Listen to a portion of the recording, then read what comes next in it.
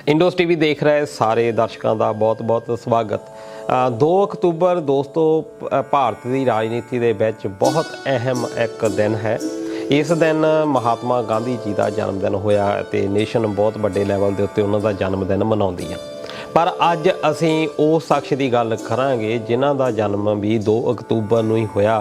अज असी गल करन जा रहे हैं उस प्रधानमंत्री की जिहड़ा कि किश्तां दे उत्ते कार लैंदा, जिहदे कि सादगी भरिया जीवन अज भी लोकी मिसालां दिंदे ने, जिहड़ा कि अपने मुंडे नूं सिर्फ इस करके दबकदा कि वो सरकारी कार जिहड़ी कि सिर्फ प्रधानमंत्री वरत सकदा उहनूं वरत लैंदा। ते अज असीं गल करन जा रहे हैं लाल बहादुर शास्त्री, भारत के दूजे प्रधानमंत्री। जदों भी असीं लाल बहादुर शास्त्री हुणां दी गल करदे हां तां एक बड़ा सरल चेहरा साडे सामने आउंदा, जिहड़े कि अपनी ईमानदारी दे लई ते अपने सादे जीवन दे लई हमेशा दे लई जाने जांदे ने। ये उही शख्स ने जिन्हां दे करके सानू एक स्लोगन मिलिया, जय जवान जय किसान। ते अज भी असीं जवानां ते किसानां दे करके भारत दी एकता दे विच तरक्की देख रहे हां।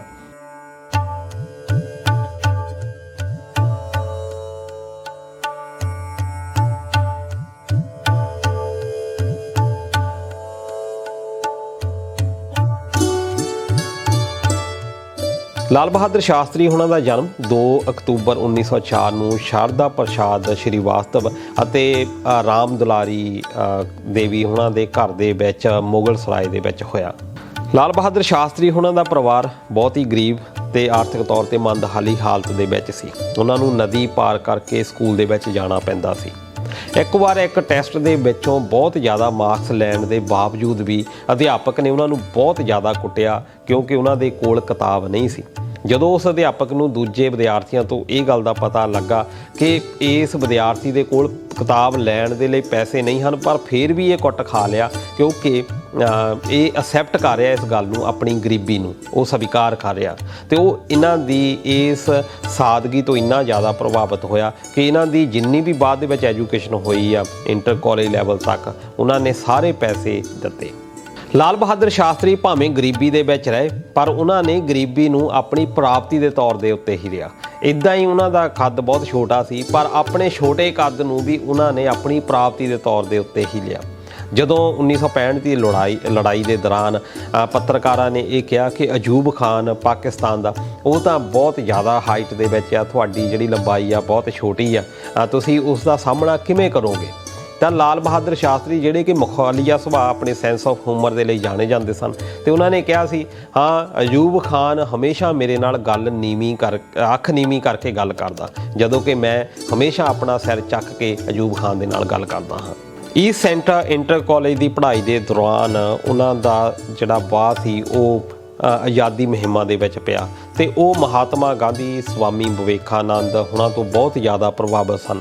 जदों महात्मा गांधी हुणां ने यह कॉल की कि जिहड़े विद्यार्थी हैं या पढ़ रहे हैं उन्हां नूं आज़ादी की मुहिम दे विच कुद जाना चाहिए है, तो उन्होंने इस मुहिम दे विच डट के साथ देना शुरू कर दिता। अपने इंटर कॉलेज के दिनों के दौरान ही उन्होंने आज़ादी की लहर के विच बहुत बड़े काम करने शुरू कर दिते ते एक बार तो उन्होंने गिरफ्तार भी कर लिया गया पर नाबालग होने करके उन्होंने छड्ड दिता गया। वो इस दौरान परचे भी वंडते, लोगों को अवेयर भी करते ते पार्टी के काम भी बहुत ज़्यादा बड़े लैवल के उत्ते करते सन। कॉलेज के दिनों के दौरान ही वो लोक सेवक मंडल दे नाल भी जुड़ गए सी। ये मंडल लाला लाजपत राय के द्वारा बनाया गया सी। ये मंडल खास तौर के उत्ते हरिजनां दे वास्ते काम करदा सी, जिहड़ा कि उन्हां दी बहाली दे वास्ते ते उन्हां दे विकास दे वास्ते अवेयरनैस ते उन्हां दी मुड़ सरजीती दे लई काम करदा सी। इस मंडल के काम करन दे दौरान ही उन्होंने अपने नाँ दे नाल अपनी कास्ट जिहड़ी कि श्रीवास्तवा लगदी सी उन्होंने हटा दी ते हुण उन्होंने सिर्फ लाल बहादुर ही कहा जाण लगा। इंटर कॉलेज तो बाद national institute of higher education तो उन्होंने फिलोसफी की डिग्री लई। फिलोसफी की डिग्री भी उन्हें बहुत वधिया मार्क्स के नाल पास की, जिस करके कि उन्होंने शास्त्री की डिग्री, शास्त्री मीनस के स्कॉलर, ये डिग्री उन्होंने दिती गई। उस तो बाद उन्होंने नाँ दे नाल लाल बहादुर शास्त्री जुड़ गया। ਇਸ ਤੋਂ ਬਾਅਦ ਉਹਨਾਂ ਨੂੰ ਲਾਲ ਬਹਾਦਰ ਸ਼ਾਸਤਰੀ ਦੇ ਤੌਰ ਦੇ ਉੱਤੇ ਹੀ ਜਾਣਿਆ ਗਿਆ। ਜਦੋਂ 1928 ਦੇ ਵਿੱਚ ਉਹ ਇੰਡੀਅਨ ਨੈਸ਼ਨਲ ਕਾਂਗਰਸ ਦੇ ਨਾਲ ਜੁੜ ਗਏ ਤੇ ਮਹਾਤਮਾ ਗਾਂਧੀ ਹੁਣਾਂ ਨੇ ਕਾਲ ਕੀਤੀ ਕਿ ਆਜ਼ਾਦੀ ਦੀ ਮੁਹਿੰਮ ਦੇ ਵਿੱਚ ਆਪਣਾ ਯੋਗਦਾਨ ਪਾਓ ਤੇ ਉਹ ਇਸੇ ਯੋਗਦਾਨ ਦੇ ਵਿੱਚ ਅੰਗਰੇਜ਼ਾਂ ਦੇ ਦੁਆਰਾ ਫੜੇ ਗਏ ਤੇ ਇਹਨਾਂ ਨੂੰ 2.5 ਸਾਲ ਕੈਦ ਦੇ ਵਿੱਚ ਰੱਖਿਆ ਗਿਆ। ਜਦੋਂ ਮਹਾਤਮਾ ਗਾਂਧੀ ਹੁਣਾਂ ਨੇ ਸੱਤਿਆਗ੍ਰਹਿ ਛੇੜ ਦਿੱਤਾ ਤੇ ਉਸ ਦੇ ਵਿੱਚ ਕੰਮ ਕਰਨ ਦੇ ਕਰਕੇ ਵੀ ਇਹਨਾਂ ਨੂੰ 1 ਸਾਲ ਜੇਲ੍ਹ ਦੇ ਵਿੱਚ ਰੱਖਿਆ ਗਿਆ।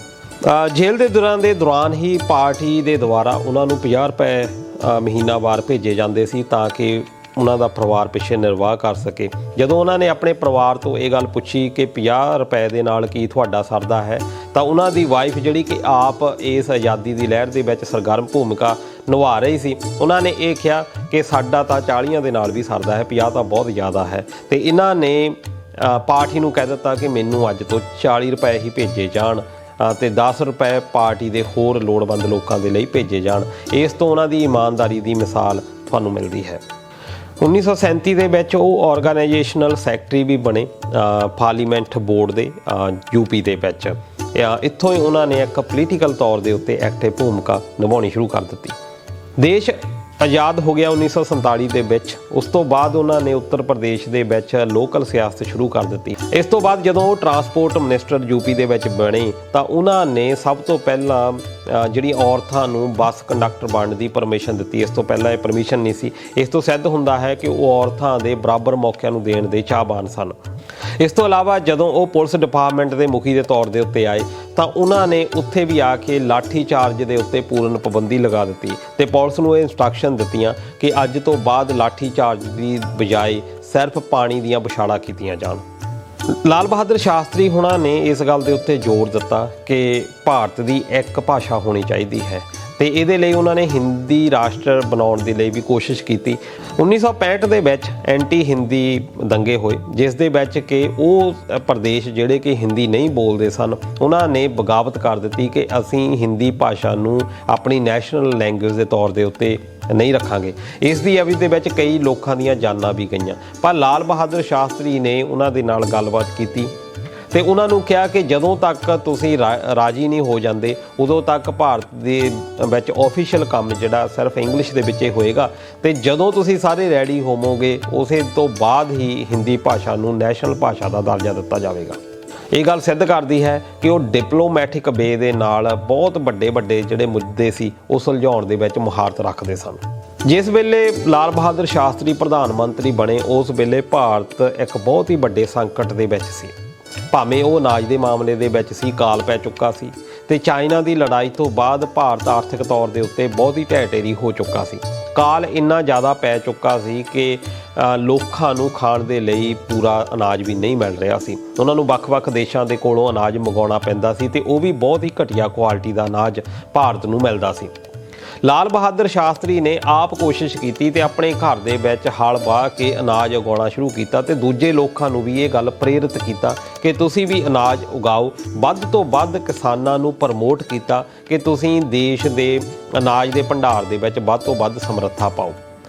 ਇਹ ਲਾਲ ਬਹਾਦਰ ਸ਼ਾਸਤਰੀ ਹੀ ਸਨ ਕਿ ਉਹਨਾਂ ਨੇ ਕਿਹਾ ਕਿ ਕਿਸਾਨ ਤੋਂ ਬਿਨਾਂ ਅਸੀਂ ਦੇਸ਼ ਆਪਣਾ ਨਹੀਂ ਚਲਾ ਸਕਦੇ। ਭਾਰਤ ਦਾ ਜ਼ਿਆਦਾਤਰ ਅਨਾਜ ਬਾਹਰਲੇ ਦੇਸ਼ਾਂ ਤੋਂ ਮੰਗਾਇਆ ਜਾਂਦਾ ਸੀ ਤਾਂ ਕਿ ਇੱਥੇ ਦੇ ਲੋਕਾਂ ਨੂੰ ਪੂਰਨ ਅਨਾਜ ਦਿੱਤਾ ਜਾ ਸਕੇ। ਲਾਲ ਬਹਾਦਰ ਸ਼ਾਸਤਰੀ ਹੁਣਾਂ ਨੇ ਜ਼ੋਰ ਦਿੱਤਾ ਕਿ ਭਾਰਤ ਨੂੰ ਅਨਾਜ ਦੇ ਮਾਮਲੇ ਦੇ ਵਿੱਚ ਆਤਮ ਨਿਰਭਰ ਹੋਣਾ ਚਾਹੀਦਾ ਹੈ। ਇਸ ਦੇ ਲਈ ਉਹਨਾਂ ਨੇ ਭਾਰਤ ਦੇ ਲੋਕਾਂ ਨੂੰ ਇਹ ਅਪੀਲ ਵੀ ਕੀਤੀ ਕਿ ਤੁਸੀਂ ਇੱਕ ਵੇਲੇ ਦਾ ਜਿਹੜਾ ਅਨਾਜ ਆ ਜਾਂ ਇੱਕ ਵੇਲੇ ਦਾ ਖਾਣਾ ਜਿਹੜਾ ਆ ਤੁਸੀਂ ਜ਼ਰੂਰ ਛੱਡੋ, ਯਾਨੀ ਜੇ ਤੁਸੀਂ 3 ਵੇਲੇ ਖਾਂਦੇ ਹੋ ਤਾਂ ਸਿਰਫ 2 ਵਾਰੀ ਖਾਓ। ਤੇ ਇਸ ਨੂੰ ਸ਼ਾਸਤਰੀ ਵਰਤ ਦੇ ਤੌਰ ਦੇ ਉੱਤੇ ਪ੍ਰਮੋਟ ਕੀਤਾ ਗਿਆ। ਲੋਕਾਂ ਨੇ ਵੀ ਇਸ ਗੱਲ ਨੂੰ ਬਹੁਤ ਜ਼ਿਆਦਾ ਹੁੰਗਾਰਾ ਦਿੱਤਾ ਗਿਆ। ਖਾਸ ਤੌਰ ਦੇ ਉੱਤੇ ਜਦੋਂ 1965 ਦੀ ਜੰਗ ਪਾਕਿਸਤਾਨ ਦੇ ਨਾਲ ਲੱਗ ਜਾਂਦੀ ਤੇ ਉਸ ਤੋਂ ਬਾਅਦ ਇੱਕ ਪਾਸੇ ਤਾਂ ਤੁਹਾਨੂੰ ਅਨਾਜ ਦੇ ਭੰਡਾਰਨ ਦੇ ਲਈ ਜੱਦੋ-ਜਹਿਦ ਕਰਨੀ ਪੈ ਰਹੀ ਆ, ਲੋਕਾਂ ਨੂੰ ਖਾਣ ਦੇ ਲਈ ਵਸਤਾਂ ਦੇਣ ਦੇ ਲਈ ਜੱਦੋ-ਜਹਿਦ ਕਰਨੀ ਪੈ ਰਹੀ ਆ ਤੇ ਦੂਜੇ ਪਾਸੇ ਤੁਹਾਨੂੰ ਇੱਕ ਦੇਸ਼ ਦੇ ਨਾਲ ਲੜਾਈ ਦੇ ਵਿੱਚ ਜੂਝਣਾ ਪੈ ਜਾਂਦਾ ਹੈ। ਇਸ ਤੋਂ ਤੁਸੀਂ ਅੰਦਾਜ਼ਾ ਲਾ ਸਕਦੇ ਹੋ ਕਿ ਉਹਨਾਂ ਦੇ ਕਾਰਜਕਾਲ ਜਿਹੜਾ ਕਿ ਕੋਈ 1.5 ਸਾਲ ਦੇ ਕਰੀਬੀ ਸੀ, ਬਹੁਤ ਹੀ ਕਸ਼ਮਕਸ਼ ਤੇ ਬਹੁਤ ਹੀ ਕਠਿਨਾਈਆਂ ਭਰਪੂਰ ਸੀ। 1962 ਦੀ ਲੜਾਈ ਜਿਹੜੀ ਕਿ ਚਾਈਨਾ ਦੇ ਨਾਲ ਭਾਰਤ ਦੀ ਹੋਈ, ਭਾਰਤ ਦੀ ਬਹੁਤ ਵੱਡੀ ਹਾਰ ਹੋਈ। उस तो बाद 1965 ਆਉਂਦੇ ਤੱਕ ਭਾਰਤ ਦੇ ਵਿੱਚ ਅਨਾਜ ਦੀ ਬਹੁਤ ਵੱਡੀ ਕਿੱਲਤ ਹੋ ਗਈ। ਭਾਰਤ ਦੇ ਲੋਕਾਂ ਨੂੰ ਜਦੋਂ ਅਨਾਜ ਦੇ ਵਿੱਚ ਲਈ ਜੂਝਣਾ ਪੈ ਰਿਹਾ ਸੀ, ਉਸੇ ਦੌਰਾਨ ਪਾਕਿਸਤਾਨ ਮੌਕੇ ਦੀ ਤਾਕਤ ਦੇ ਵਿੱਚ ਸੀ ਤੇ ਉਹਨਾਂ ਨੇ ਲੜਾਈ ਛੇੜ ਦਿੱਤੀ, ਖਾਸ ਤੌਰ ਦੇ ਉੱਤੇ ਗੁਜਰਾਤ, ਰਾਜਸਥਾਨ, ਮਾਰੂਥਲ ਦੇ ਏਰੀਆ ਦੇ ਵਿੱਚ। ਉਸ ਵੇਲੇ ਲਾਲ ਬਹਾਦਰ ਸ਼ਾਸਤਰੀ ਨੇ ਆਪਣੀ ਭੂਮਿਕਾ ਨਿਭਾਉਂਦੇ ਹੋਏ ਲੋਕਾਂ ਨੂੰ ਅਵੇਅਰ ਕੀਤਾ। ਆਪਣੇ ਘਰ ਤੋਂ ਇਹ ਗੱਲ ਸਟਾਰਟ ਕੀਤੀ ਕਿ ਤੁਸੀਂ ਆਪਣੇ ਖਰਚੇ ਜਿਹੜੇ ਆ ਘੱਟ ਤੋਂ ਘੱਟ ਕਰੋ। ਉਹਨਾਂ ਨੇ ਆਪਣੇ ਕੰਮ ਆਪ ਕਰਨੇ ਸ਼ੁਰੂ ਕੀਤੇ, ਆਪਣੇ ਨੌਕਰਾਂ ਨੂੰ ਕਿਹਾ ਕਿ ਤੁਸੀਂ ਇਹ ਕੰਮ ਛੱਡ ਦਿਓ ਤਾਂ ਕਿ ਆਪਣਾ ਜਿਹੜਾ ਸੈਲਫ ਡਿਪੈਂਡੈਂਟ ਜਿਹੜਾ ਜੀਵਨ ਆ ਉਹ ਤੁਸੀਂ ਬਤੀਤ ਕਰੋ, ਤਾਂ ਕਿ ਆਪਣੇ ਖਰਚੇ ਨੇਸ਼ਨ ਦੀ ਬਹਾਲੀ ਦੇ ਲਈ ਵਰਤੇ ਜਾਣ। 22 ਦਿਨ ਲੰਬੀ ਚੱਲੀ ਭਾਰਤ ਪਾਕਿਸਤਾਨ ਦੀ ਲੜਾਈ ਦੇ ਵਿੱਚ ਲਾਲ ਬਹਾਦਰ ਸ਼ਾਸਤਰੀ ਨੇ ਲੋਕਾਂ ਨੂੰ ਮੈਂਟਲੀ ਤੌਰ ਦੇ ਉੱਤੇ ਬਹੁਤ ਜ਼ਿਆਦਾ ਪ੍ਰਮੋਟ ਕੀਤਾ। ਜਦੋਂ ਕਿ ਇਹ ਕਿਆਸ ਰਾਈਆਂ ਲਾਈਆਂ ਜਾ ਰਹੀਆਂ ਸਨ ਕਿ ਪਾਕਿਸਤਾਨ ਲਗਾਤਾਰ ਅੱਗੇ ਵੱਧ ਰਿਹਾ ਹੈ, ਉਸ ਵੇਲੇ ਭਾਰਤ ਨੇ ਜੰਮੂ ਕਸ਼ਮੀਰ ਤੇ ਪੰਜਾਬ ਵਾਲੇ ਪਾਸੇ ਤੋਂ ਮੋਰਚਾ ਖੋਲ੍ਹ ਦਿੱਤਾ। ਇਹ ਤੋਂ ਭਾਰਤ ਨੂੰ ਬਹੁਤ ਵੱਡਾ ਇੱਕ ਪ੍ਰਾਪਤੀ ਹੋਈ ਕਿ ਉਹਨਾਂ ਨੇ ਲਾਹੌਰ ਵਾਲੇ ਪਾਸੇ ਨੂੰ ਅੱਗੇ ਵਧਣਾ ਸ਼ੁਰੂ ਕਰ ਦਿੱਤਾ। ਪਾਕਿਸਤਾਨ ਸ਼ਾਇਦ ਜਿਹਦਾ ਸਭ ਤੋਂ ਜ਼ਿਆਦਾ ਜ਼ੋਰ ਗੁਜਰਾਤ ਤੇ ਰਾਜਸਥਾਨ ਵਾਲੇ ਪਾਸੇ ਸੀ, ਉਹਨਾਂ ਨੇ ਸੋਚਿਆ ਹੀ ਨਹੀਂ ਸੀ ਕਿ ਭਾਰਤ ਹੋਰ ਵੀ ਸੈਕਟਰਸ ਦੇ ਵਿੱਚ ਆਪਣੀ ਜਿਹੜੀ ਜੰਗ ਆ ਉਹ ਖੋਲ੍ਹ ਦੇਵੇਗਾ। ਉਸ ਦਾ ਨਤੀਜਾ ਇਹ ਹੋਇਆ ਕਿ ਭਾਰਤ ਦੀਆਂ ਫੌਜਾਂ ਲਗਾਤਾਰ ਉੱਤਰ ਸੈਕਟਰ ਤੋਂ ਅੱਗੇ ਵਧਣੀਆਂ ਸ਼ੁਰੂ ਹੋ ਗਈਆਂ ਤੇ ਪਾਕਿਸਤਾਨ ਦੀ ਇਸ ਲੜਾਈ ਦੇ ਵਿੱਚ ਆਖਰ ਯੂਨਾਈਟਿਡ ਨੇਸ਼ਨ ਨੂੰ ਦਖਲ ਦੇਣਾ ਪਿਆ ਤੇ ਉਹਨਾਂ ਨੇ ਇਹ ਲੜਾਈ ਬੰਦ ਕਰਵਾ ਦਿੱਤੀ। 22 ਦਿਨ ਲੰਬੀ ਚੱਲੀ ਇਸ ਲੜਾਈ ਦੇ ਵਿੱਚ ਯੂਨਾਈਟਿਡ ਨੇਸ਼ਨ ਦੇ ਦਖਲ ਤੋਂ ਬਾਅਦ ਅਯੂਬ ਖਾਨ ਤੇ ਸ਼ਾਸਤਰੀ ਉਹਨਾਂ ਦੇ ਵਿਚਕਾਰ ਇੱਕ ਸਮਝੌਤਾ ਹੋਇਆ, ਪਰ ਅਸਲੀ ਹੱਲ ਸੋਵੀਅਤ ਯੂਨੀਅਨ ਦੀ ਦਖਲਅੰਦਾਜ਼ੀ ਤੋਂ ਬਾਅਦ ਤਾਸ਼ਕੰਦ ਦੇ ਵਿੱਚ ਇੱਕ ਇਹਨਾਂ ਦੀ ਮੀਟਿੰਗ ਹੋਈ, ਜਿਸ ਮੀਟਿੰਗ ਦੇ ਵਿੱਚ ਇਹਨਾਂ ਦਾ ਸਮਝੌਤਾ ਹੋਇਆ। ਪਰ ਉਸ ਮੀਟਿੰਗ ਤੋਂ ਬਿਲਕੁਲ ਅਗਲੇ ਦਿਨ ਇਹਨਾਂ ਦੀ ਮੌਤ ਹੋ ਜਾਂਦੀ ਹੈ। ਪਰਿਵਾਰ ਨੇ ਬਹੁਤ ਜ਼ਿਆਦਾ ਸਵਾਲ ਉਠਾਏ ਕਿ ਇਹਨਾਂ ਨੂੰ ਜ਼ਹਿਰ ਦਿੱਤਾ ਗਿਆ, ਭਾਵੇਂ ਕਿ ਇਹਦੇ ਬਾਰੇ ਬਹੁਤ ਵੱਖਰੀਆਂ ਵਿਚਾਰਧਾਰਾਵਾਂ ਦੇਖਣ ਨੂੰ ਮਿਲਦੀਆਂ ਕਿ ਪੋਸਟਮਾਰਟਮ ਕਿਉਂ ਨਹੀਂ ਕਰਵਾਇਆ ਗਿਆ ਜਾਂ ਪੂਰੀ ਤਰ੍ਹਾਂ ਇਨਫੋਰਮੇਸ਼ਨ ਨੇਸ਼ਨ ਨੂੰ ਕਿਉਂ ਨਹੀਂ ਦਿੱਤੀ ਗਈ ਕਿ ਜਿਸ ਵੇਲੇ ਭਾਰਤ ਦਾ ਪ੍ਰਧਾਨ ਮੰਤਰੀ ਤਾਸ਼ਕੰਦ ਦੇ ਵਿੱਚ ਦੂਜੇ ਦੇਸ਼ ਦੇ ਨਾਲ ਸਮਝੌਤੇ ਦੇ ਲਈ ਗਿਆ ਹੋਇਆ ਤੇ ਉੱਥੇ ਉਹਨਾਂ ਦੀ ਇੱਕ ਰਹੱਸਮਈ ਮੌਤ ਅੱਜ ਤੱਕ ਲੋਕਾਂ ਦੇ ਲਈ ਇੱਕ ਬੁਝਾਰਤ ਬਣੀ ਹੋਈ ਹੈ। ਲਾਲ ਬਹਾਦਰ ਸ਼ਾਸਤਰੀ ਹੁਣਾਂ ਨੇ ਦੂਜੇ ਦੇਸ਼ਾਂ ਦੇ ਨਾਲ ਬਹੁਤ ਵਧੀਆ ਸਮਝੌਤੇ ਕੀਤੇ, ਚਾਹੇ ਉਹ ਸ਼੍ਰੀਲੰਕਾ ਦੇ ਨਾਲ ਹੋਵੇ, ਚਾਹੇ ਉਹ ਬਰਮਾ ਦੇ ਨਾਲ ਹੋਵੇ। ਸ਼੍ਰੀਲੰਕਾ ਦੇ ਵਿੱਚ ਤਾਮਿਲ ਲੋਕਾਂ ਨੂੰ ਨਾਗਰਿਕਤਾ ਤੇ ਹੋਰ ਵੀ ਵਿਕਾਸ ਦੇ ਕੰਮਾਂ ਦੀ ਬਹਾਲੀ ਦੇ ਵਾਸਤੇ ਉਹਨਾਂ ਨੇ ਭੰਡਾਰ ਨਾਇਕੇ ਦੇ ਨਾਲ ਸਮਝੌਤਾ ਕੀਤਾ, ਜਿਹਨੂੰ ਕਿ ਸ਼ਾਸਤਰੀ ਭੰਡਾਰ ਨਾਇਕੇ ਸਮਝੌਤੇ ਦੇ ਤੌਰ ਦੇ ਉੱਤੇ ਜਾਣਿਆ ਜਾਂਦਾ। ਈਵਨ ਕਿ ਉਹਨਾਂ ਨੇ ਜਵਾਹਰ ਲਾਲ ਨਹਿਰੂ ਦੇ ਵਾਂਗੂ ਹੀ ਇੱਕ ਧਰਮ ਨਿਰਪੱਖ ਦੇ ਤੌਰ ਦੇ ਉੱਤੇ ਆਪਣੀ ਭੂਮਿਕਾ ਜਿਹੜੀ ਨਿਭਾਈ ਆ। ਜਦੋਂ BBC ਨੇ ਉਹਨਾਂ ਨੂੰ ਉਭਾਰਨਾ ਸ਼ੁਰੂ ਕਰ ਦਿੱਤਾ ਐਜ਼ ਏ ਹਿੰਦੂ, ਤਾਂ ਉਹਨਾਂ ਨੇ ਕਿਹਾ ਕਿ ਮੈਂ ਸਭ ਤੋਂ ਪਹਿਲਾਂ ਭਾਰਤੀ ਹਾਂ। ਇਸ ਤੋਂ ਇਲਾਵਾ ਉਹ ਭਾਰਤੀ ਸਵਦੇਸ਼ੀ ਇਹਦੇ ਬਹੁਤ ਜ਼ਿਆਦਾ ਵੱਡੇ ਮੁੱਦਈ ਸਨ। ਉਹ ਚਾਹੁੰਦੇ ਸਨ ਕਿ ਭਾਰਤ ਦੇ ਵਿੱਚ ਇਹ ਚੀਜ਼ਾਂ ਤਿਆਰ ਹੋਣ ਤੇ ਉਹਨਾਂ ਦੀ ਜਿਹੜੀ ਖਪਤ ਆ ਉਹ ਦੂਜੇ ਦੇਸ਼ਾਂ ਦੇ ਵਿੱਚ ਕੀਤੀ ਜਾਵੇ। ਕਹਿਣ ਦਾ ਮਤਲਬ ਇਹ ਆ ਕਿ ਮੇਕ ਇਨ ਇੰਡੀਆ ਦਾ ਨਾਅਰਾ ਸਭ ਤੋਂ ਪਹਿਲਾਂ ਉਹਨਾਂ ਨੇ ਦੇ ਦਿੱਤਾ ਸੀ ਭਾਰਤ ਦੇ ਪ੍ਰਧਾਨ ਮੰਤਰੀ ਹੁੰਦੇ ਹੋਏ। ਇਹੀ ਕਾਰਨ ਸੀ ਕਿ ਉਹ ਖੱਦਰ ਦੇ ਕੱਪੜੇ ਪਹਿਨਦੇ ਸਨ ਤੇ ਸਵਦੇਸ਼ੀ ਚੀਜ਼ਾਂ ਨੂੰ ਹੀ ਵਰਤਣਾ ਸਹੀ ਸਮਝਦੇ ਸਨ। ਇਸ ਦੀ ਇੱਕ ਐਗਜ਼ਾਮਪਲ ਇਸ ਤੋਂ ਵੀ ਮਿਲਦੀ ਹੈ ਕਿ ਜਦੋਂ ਤਾਸ਼ਕੰਦ ਉਜ਼ਬੇਕਿਸਤਾਨ ਦੇ ਵਿੱਚ ਇਹ ਉੱਥੇ ਪਹੁੰਚੇ ਆ ਤੇ ਉੱਥੇ ਰਸ਼ੀਅਨ ਪ੍ਰਾਈਮ ਮਿਨਿਸਟਰ ਨੇ ਇਹਨਾਂ ਨੂੰ ਇੱਕ ਕੋਟ ਦਿੱਤਾ ਜਿਹੜਾ ਕਿ ਰਸ਼ੀਆ ਦੇ ਵਿੱਚ ਬਣਿਆ ਹੋਇਆ ਸੀ। ਇਹਨਾਂ ਨੇ ਉਹ ਕੋਟ ਜਿਹੜਾ ਇੱਕ ਭਿਖਾਰੀ ਨੂੰ ਦੇ ਦਿੱਤਾ ਤੇ ਆਪ ਖੱਦਰ ਦੇ ਕੱਪੜਿਆਂ ਦੇ ਵਿੱਚ ਹੀ ਉੱਥੇ ਮੀਟਿੰਗ ਦੇ ਵਿੱਚ ਗਏ ਤੇ ਉਹਨਾਂ ਨੂੰ ਜਦੋਂ ਪੁੱਛਿਆ ਗਿਆ ਕਿ ਤੁਸੀਂ ਇੱਦਾਂ ਕਿਉਂ ਕੀਤਾ ਤਾਂ ਉਹਨਾਂ ਨੇ ਕਿਹਾ ਕਿ ਐਜ਼ ਏ ਪ੍ਰਾਈਮ ਮਿਨਿਸਟਰ ਮੈਨੂੰ ਬਹੁਤ ਸਾਰੀਆਂ ਚੀਜ਼ਾਂ ਮਿਲ ਸਕਦੀਆਂ ਨੇ, ਪਰ ਉਹ ਲੋਕ ਜਿਨ੍ਹਾਂ ਨੂੰ ਇਹਨਾਂ ਦੀ ਜ਼ਰੂਰਤ ਹੈ ਉਹਨਾਂ ਨੂੰ ਪਹਿਲ ਦਿੱਤੀ ਜਾਣੀ ਚਾਹੀਦੀ ਹੈ। ਕਾਲ ਦੇ ਦੌਰਾਨ ਹੀ ਲਾਲ ਬਹਾਦਰ ਸ਼ਾਸਤਰੀ ਹੁਣਾਂ ਨੇ ਅਮੁਲ, ਤੁਸੀਂ ਸਾਰੇ ਜਾਣਦੇ ਹੋਵੋਗੇ ਅਮੁਲ ਡੇਅਰੀ, ਉਹਨਾਂ ਨੂੰ ਆਨੰਦ ਗੁਜਰਾਤ ਦੇ ਵਿੱਚ ਸ਼ੁਰੂ ਕੀਤਾ। ਇਸ ਤੋਂ ਇਲਾਵਾ ਭਾਰਤ ਦੇ ਵਿੱਚ ਖੇਤੀਬਾੜੀ ਯੂਨੀਵਰਸਿਟੀਆਂ ਨੂੰ ਪ੍ਰਮੋਟ ਕਰਨ ਦਾ ਵੀ ਉਹਨਾਂ ਨੇ ਫੈਸਲਾ ਲਿਆ।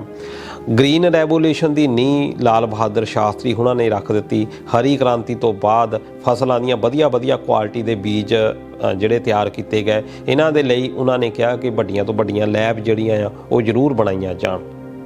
ਲਾਲ ਬਹਾਦਰ ਸ਼ਾਸਤਰੀ ਭਾਰਤ ਦੇ ਪਹਿਲੇ ਪ੍ਰਧਾਨ ਮੰਤਰੀ ਹੋਏ ਜਿਨ੍ਹਾਂ ਨੇ ਕਿ ਨਿਊਕਲੀਅਰ ਊਰਜਾ ਨੂੰ ਪ੍ਰਮੋਟ ਕਰਨ ਦੇ ਵਿੱਚ ਪ੍ਰਮੁੱਖ ਯੋਗਦਾਨ ਦਿੱਤਾ ਤੇ ਉਹਨਾਂ ਨੇ ਕਿਹਾ ਕਿ ਭਵਿੱਖ ਦੇ ਵਿੱਚ ਇਹ ਊਰਜਾ ਲੋੜੀਂਦੀ ਹੋਵੇਗੀ।